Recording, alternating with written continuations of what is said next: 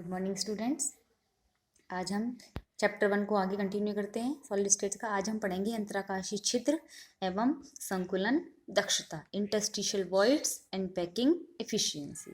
ठीक है, हमने देखा था कि जब पैकिंग हम करते हैं तो जब अवयवी कणों को निकटतम व्यवस्थित किया जाता है तो उनके बीच में कुछ न कुछ रिक्तियाँ रह ही जाती हैं। जहाँ जो कुछ न कुछ रिक्त स्थान रह ही जाते हैं, उन रिक्त स्थानों को ही हम वॉइड्स या रिक्तियाँ या छिद्र कहते हैं। यानी संकुलन के समय अवयवी कणों के मध्य रहने वाला रिक्त स्थान, the interstitial side between the component particles in packing is known as voids या रिक्तियां या छिद्र। ठीक है, आकृति और आकार के आधार पर ये रिक्तियां दो प्रकार की होती हैं। पहली होती हैं चतुष्फल के छिद्र या टेट्राहेड्रल वॉइड्स। ठीक है, चतुष्फल के छिद्र टेट्राहेड्रल वॉइड्स कैसे बनते हैं कि हम ये बनाते हैं कि जब एक लेयर को हमने अरेंज किया, उसके ऊपर दूसरी लेयर जब हम बनाते हैं तो उसकी पिट्स में बनाते हैं। ये जो है ये दूसरी लेयर है, तो इनके बीच में ये वाली इन वाली रिक्तियों को देखें। ये वाली हर रिक्ति जो है 4 कणों से घिरी हुई है, 4 कंपोनेंट पार्टिकल्स से सराउंडेड है।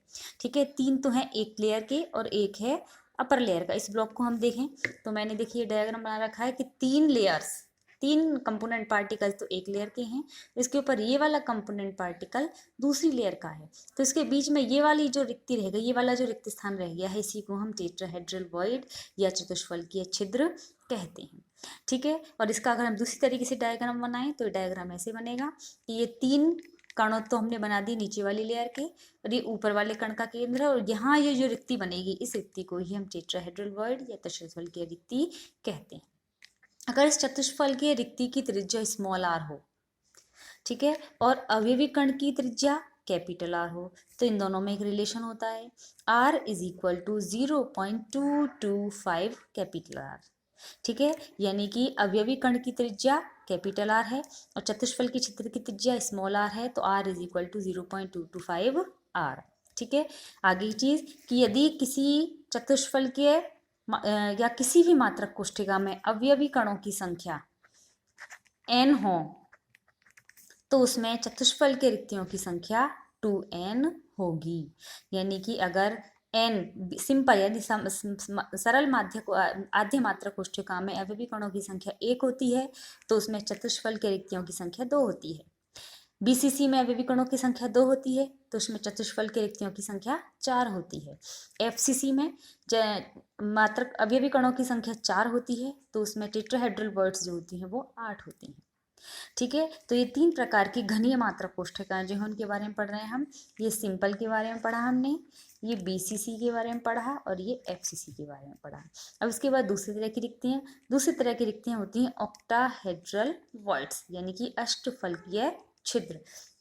अष्टफल के छिद्रों की अगर हम बात करें तो इसी डायग्राम को देखें अगर हम कि यहाँ हमने ये जो एक लेयर बनाई थी उसके ऊपर दूसरी लेयर बनाई थी, दूसरी लेयर में अगर हम कण इस तरीके से व्यवस्थित करते हैं, ये इस तरीके से कण है, तो यहाँ हम देखेंगे ये वाली जो रिक्ति है, इसको ध्यान से देखें, ऊपर वाले तो 1 2 और 3 कण हैं और नीचे वाला 1 2 और 3 कण है। यानी ये जो एक रिक्ति है ये 6 कणों से घिरी हुई है। ठीक है, यानी देखो यहाँ देखें आप कि एक कण नीचे वाला, दूसरा कण नीचे वाला और तीसरा कण नीचे वाला, ये एक लेयर के 3 कण हो गए और इनके ऊपर 3 ही कण इस तरीके से व्यवस्थित हैं अपोजिट डायरेक्शन में, तो इनके बीच में ये जो रिक्ति बनी है इसी को हम अष्टफलकीय छिद्र या ऑक्टाहेड्रल वॉइड कहते हैं। ठीक है, दूसरी तरीके से इसका डायग्राम बना सकते हैं हम इस तरीके से कि ये 3 सेंटर से 3 केंद्र तो बना दिए हमने नीचे वाली लेयर के 3 कणों के, और ये 3 कण बनाए हैं ऊपर वाली 3 कणों के। इनके बीच में ये वाली जो वॉइड बनी है इस वॉइड को ही हम ऑक्टाहेड्रल वॉइड या अष्टफल के छिद्र कहते हैं। अगर अष्टफल के छिद्र की त्रिज्या स्मॉल आर हो और अवयवी कणों की त्रिज्या कैपिटल आर हो तो R is equal to 0.414 R, यानी कि अष्टफल के छिद्र की त्रिज्या और अवयवी कण की परमाणविक त्रिज्या का जो अनुपात होता है वो 0.414 के इक्वल होता है। और एक विशेष बात यहाँ ये भी कि जितने अवयवी कण होते हैं किसी मात्रक कोष्ठिका में, अष्टफल के रिक्तियों की संख्या भी उतनी ही होती है। ठीक है, जैसे सिंपल में अवयवी कणों की संख्या होती है 1, तो उसमें अष्टफल के रिक्तियों की संख्या भी होती है 1। अगर बीसीसी में अवयवी कणों की संख्या की बात करें तो बीसीसी में अवयवी कण होते हैं 2, तो उसमें अष्टफल की रिक्तियां भी होती हैं 2। एफसीसी में अवयवी कणों की संख्या होती है 4, तो उसमें अष्टफल की रिक्तियों की संख्या भी होती है 4। ठीक है, यानी जितने अवयवी कण होंगे उतनी ही अष्टफल की रिक्तियां पाई जाती हैं। कुल रिक्तियों की संख्या निकालें अगर हम किसी जालक में, तो किसी जालक में कुल रिक्तियों की संख्या होगी 2n+n। क्यों? क्योंकि कुल मिला के रिक्तियों को हमने 2 भागों में बांटा था, चतुष्फलकीय और अष्टफलकीय। चतुष्फलकीय की संख्या थी 2n और अष्टफलकीय की संख्या है n, तो टोटल नंबर हो गया 3n। तो किसी भी जालक में कुल मिला के रिक्तियों की संख्या होती है हमेशा 3n। ठीक है, अब इन रिक्तियों के अलावा रिक्तियों को निकालने के बाद जो वास्तव में घेरा गया आयतन होता है, उसी घेरे गए आयतन को हम कहते हैं पैकिंग एफिशिएंसी, संकुलन क्षमता। ठीक है, संकुलन क्षमता का मतलब होता है कि किसी भी जालक में जो वास्तव में आयतन है, उस आयतन में से वास्तव में कितना आयतन कणों के द्वारा घेरा गया है, उसी को हम पैकिंग एफिशिएंसी या संकुलन क्षमता कहते हैं। तो पहले हम इसकी कुछ टर्मिनोलॉजी को देखें कि हमने सबसे एक सरल माध्य या सरल आध्य मात्रक कोष्ठिका बना रखी है। सरल मात्रक कोष्ठिका का मतलब होता है 8 कोनों पर 8 कण पाए जाते हैं। ये घनीय मात्रक कोष्ठिका है, तो घनीय मात्रक कोष्ठिका में जो भुजा यानी कि यहाँ ये जो लंबाई है ये सबके लिए बराबर होगी। ठीक है, और इसकी वैल्यू को हम शो करते हैं ए। इसको हम किनारा या कोर या एज कहते हैं। ठीक है, ए होती है। ठीक है, और किन्हीं भी दो निकटतम कणों की बीच की दूरी को हम लिखते हैं डी, स्मॉल डी से। ठीक है, दो निकटतम स्थित कणों की बीच की दूरी को डी से, और किनार या कोर या एज जो होता है उसको ए से डिनोट करते हैं। दोनों इक्वल भी हो सकते हैं और अनइक्वल भी हो सकते हैं। और यहाँ आर होती है अवयवी कण की त्रिज्या। ठीक है ना, अब यहाँ से अब हम निकालते हैं आगे एक चीज और ध्यान रख लेते हैं कि किसी भी वर्ग के विकर्ण को हम √2a से कैलकुलेट करते हैं, और √2a को हम पाइथागोरस थ्योरम लगाकर कैलकुलेट भी कर सकते हैं। तो सबसे पहले अपन पैकिंग एफिशिएंसी निकालेंगे सिंपल यूनिट सेल की। सिंपल यूनिट सेल जो मैंने यहाँ बना रखी है, इसमें अवयवी कणों की संख्या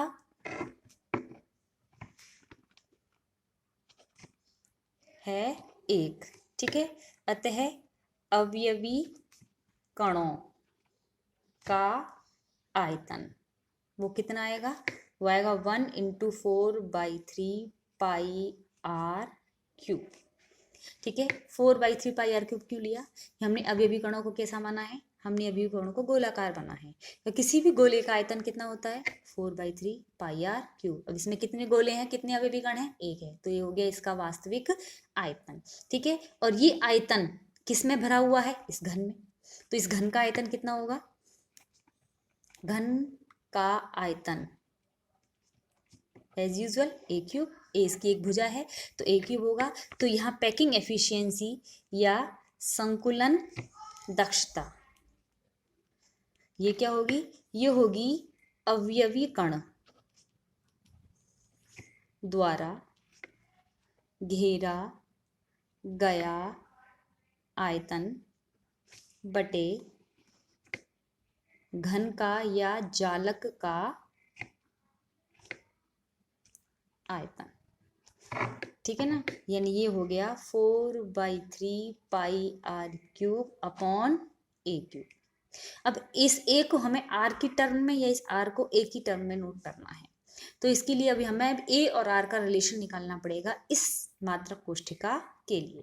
ठीक है, अब इस मात्रक कोष्ठिका में देखें हम, ये क्या है? ये a है यानी कि कोर की लंबाई, और इस मात्रक कोष्ठिका में दो निकटतम कण भी इसी तरह के दो कोने के कण, कोई भी दो कोने के कण है वो ही निकटतम स्थित भी हैं। यानी इसके लिए ये ही दूरी तो a है और ये ही दूरी d भी है। अब ये जो दूरी a या d है, इसमें अगर हम समझें तो यहाँ ये जो केंद्र है, एक गोला इस तरीके से है, एक कण इस तरीके से है और दूसरा कण इस तरीके से है। ठीक है, यानी ये वाली जो लंबाई है जिसको हम a से डिनोट कर रहे हैं, ये वास्तव में 2r के इक्वल हो गई। 2r के इक्वल हो गई, ये 1r और यहाँ से इसका आगे दूसरे कण की त्रिज्या आ गई, 2r के इक्वल हो गई। तो इस वैल्यू को हम यहाँ रख दें एक ही जगह पे। ठीक है ना, तो ये हो जाएगा 4/3 πr³ अपॉन 2r³। ठीक है। और फिर जब इसको सॉल्व करते हैं तो इसकी वैल्यू आती है 0.524, या परसेंटेज में कहें तो हम 52.4%। यानी किसी भी सरल आद्य मात्रा कोष्ठिका में, यानी कि सिंपल यूनिट सेल की जो पैकिंग एफिशिएंसी होती है वो होती है 52.4%। ठीक है। अब हम निकालते हैं एफसीसी के लिए।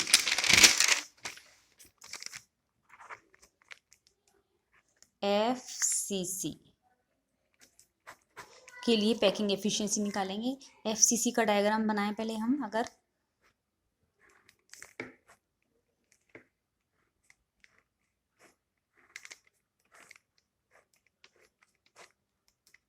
ये 8 कोनों पर 8 कण, ठीक है। एफसीसी का मतलब होता है एक कण यहाँ हर फलक के केंद्र पर एक कण और पाया जाएगा। अभी मैं केवल 4 फलकों पे बना रही हूँ, ठीक है। इनको अपन अगर नोट करें, ये ए है, ये बी है, ये सी है, यहाँ तक ही बहुत है, और ये इनके बीच की दूरी ये आ गई। अब यहाँ हम देखें, ये तो ये ए है, ये भी ए है, ठीक है। लेकिन इसकी वैल्यू कितनी होगी ये हमें कैलकुलेट करनी पड़ेगी। क्यों करनी पड़ेगी? क्योंकि यहाँ निकटतम दूरी यहीं आएगी। जो ये वाले कण है ये दूर हो गए, ये वाले कण पास हो गए, तो हमें यहाँ की निकटतम दूरी यानी डी यहाँ कैलकुलेट करनी पड़ेगी, ठीक है ना। तो पहले तो अपन एफसीसी में बात करें। एफसीसी में अवयवी कण कितने होते हैं? एफसीसी में अवयवी कणों की संख्या होती है 4, ठीक है। तो अवयवी कणों द्वारा घेरा गया आयतन ये होगा 4 × 4/3 πr³, ठीक है। यानी कि 16/3 πr³, ये तो हो गया ये, ठीक है। अब घन का आयतन संकुलन दक्षता निकालेंगे। अगर अपन संकुलन दक्षता तो ये आएगी 16/3 πr³/a³, तो घन का आयतन तो वही एज यूजल ए ही है, a³। तो अब हमें ए की वैल्यू निकालनी है in the term of R, यानी ए और आर का रिलेशन निकालना पड़ेगा। ए और आर का रिलेशन निकालने के लिए अब हम इस ट्रायंगुलर की ओर, ये राइट एंगल ट्रायंगल है, इस ट्रायंगल की तरफ देखते हैं और पाइथागोरम लगाते हैं। यहाँ इस ट्रायंगल में हम देखेंगे ये BC square will be equal to AB square plus AC square, ठीक है ना। यानी कि यहाँ इसकी बात करें ट्रायंगल ABC से, BC square will be equal to AB square plus AC square, ठीक है। ये क्या था? A, ये भी क्या था? A, ये दोनों ही बराबर हैं, ये भी A है और ये भी A है, A स्क्वायर। तो हम ये कहें BC is equal to under root, इन दोनों को ऐड करेंगे 2A स्क्वायर, ठीक है। यानी BC इज इक्वल टू आ गया अंडर रूट 2A, ठीक है ना। अंडर रूट 2A आ गया। अब BC क्या है? अब BC क्या है? इस BC को यहाँ से देखें, इस BC में एक कण ये है, एक कण ये है, एक कण ये है। ये वास्तव में किस तरीके से अरेंज है कि एक कण, दूसरा कण और तीसरा कण, इस तरीके से अरेंज है। ये एक कॉर्नर है, ये दूसरा कॉर्नर है। तो ये वाली जो डिस्टेंस है ये A है, और यहाँ A नहीं है, ये वाली जो डिस्टेंस है वो D है। ये D में कितनी आर आ गई? एक आर तो यहाँ आई, एक आर ये आई, एक आर ये है और एक आर ये, यानी कुल मिलाकर हो गई ये 4R के इक्वल, ठीक है ना। तो हम यहाँ ये लिख सकते हैं BC क्या था? 4R is equal to under root 2A, ठीक है। या हम कहें A is equal to 4R under root 2, ठीक है, या 2√2R, ठीक है ना। अब यहाँ इस A की वैल्यू को हम यहाँ इस जगह रखते हैं, तो ये आ जाएगा संकुलन दक्षता, ये होगी 16/3 πr³/2√2R³। इसको जब कैलकुलेट करते हैं तो ये वैल्यू आती है 70.74 या 74%, ठीक है। यानी एफसीसी मात्रक, एफ कोष्ठिका जो होती है, एफसीसी जो मात्रक यूनिट सेल होती है उसकी पैकिंग एफिशिएंसी की वैल्यू होती है 74, ठीक है। अब लास्ट तीसरी प्रकार की जो होती है वो है बीसीसी। बीसीसी की संकुलन दक्षता के लिए पहले बीसीसी की स्ट्रक्चर बनाएं। बीसीसी की स्ट्रक्चर का मतलब क्या हुआ कि 8 कोनों पर तो 8 कण व्यवस्थित हैं,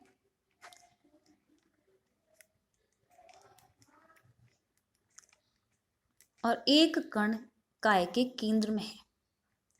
ठीक है ना, यहाँ देखें ये वाली लंबाई ए, ये वाली लंबाई ए, ये सभी लंबाइयाँ ए हैं। ठीक है, और अब हमें ये जो कैलकुलेशन करनी है वो करनी है, ये निकटतम दूरी ये मानी जाएगी। ठीक है, ये पीछे वाला कोना है और ये आगे वाली लेयर का कोना है, हमें ये निकालना है। इसके लिए हमें जो ट्रायंगुलर देखना पड़ेगा वो हमें ये वाली डिस्टेंस और कैलकुलेट करनी पड़ेगी। ये अगर ए है, ये अगर बी है, ये अगर सी है। ठीक है ना, तो हम यहाँ से इस संरचना को समझे, ये काय के केंद्र में है, ये घन का विकर्ण है और ये एक वर्ग का विकर्ण है। ठीक है, तो यहाँ पहले तो हम बीसीसी में अवयवी कणों की संख्या निकालें। बीसीसी में अवयवी कण होते हैं 2, अतः अवयवी कणों द्वारा घेरा गया आयतन, volume occupied by the component particle would be 2 × 4/3 πr³, यानी कि 8/3 πr³। ठीक है, अब यहाँ ए और आर का रिलेशन निकाल लेते हैं पहले। ठीक है, ए और आर के रिलेशन के लिए हम यहाँ ये चीज़ इसको देखें आप, ये वाला और ये, इसमें हम निकालेंगे ए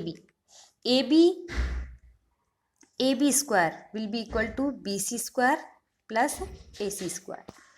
ए B square will be equal to B C square plus A C square. ठीक है, और यहाँ फिर वही चीज़ कि ये जो ए बी होगा, ये जो ए बी है ये भी 4r के ही इक्वल होगा। ठीक है, यानी ये वैल्यू तो अपन ऐसे कैसे रख देते हैं, 4r will be equal to B C, यहाँ ये बी सी क्या है, √2a।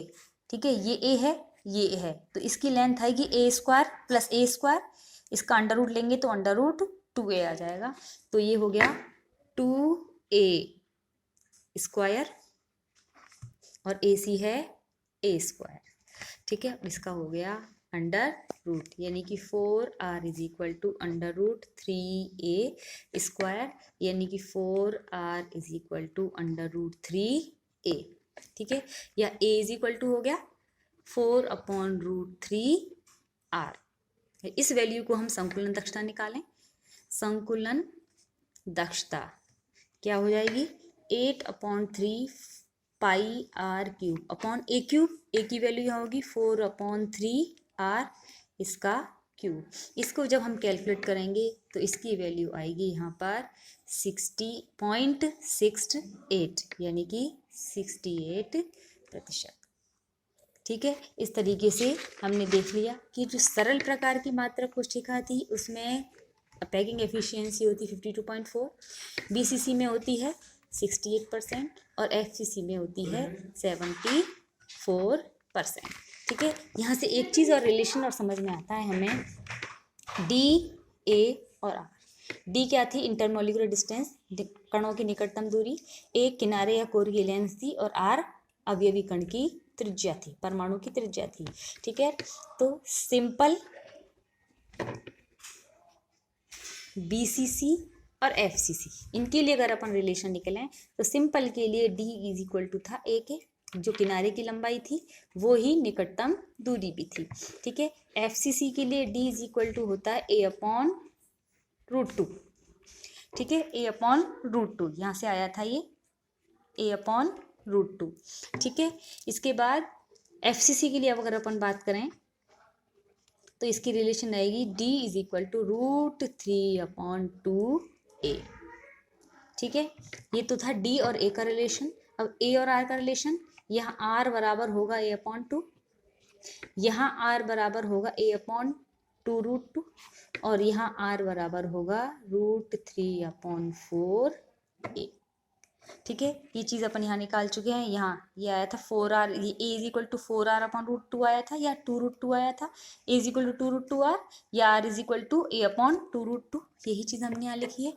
यहाँ आया था अपना a is equal to 4/3√3r, तो r is equal to √3 upon 4r, ठीक है। यहाँ r is equal to a/2 था, क्यों था, क्योंकि यहाँ ये जो किनारे की लंबाई होती है ये हमेशा a होती है और सिंपल में ये ही 2r के इक्वल होती है, ठीक है। तो ये रिलेशंस भी हमें बहुत ज़रूरी है याद रखना, ये रिलेशंस हमें न्यूमेरिकल्स में बहुत हेल्प करती है, ठीक है। Thank you.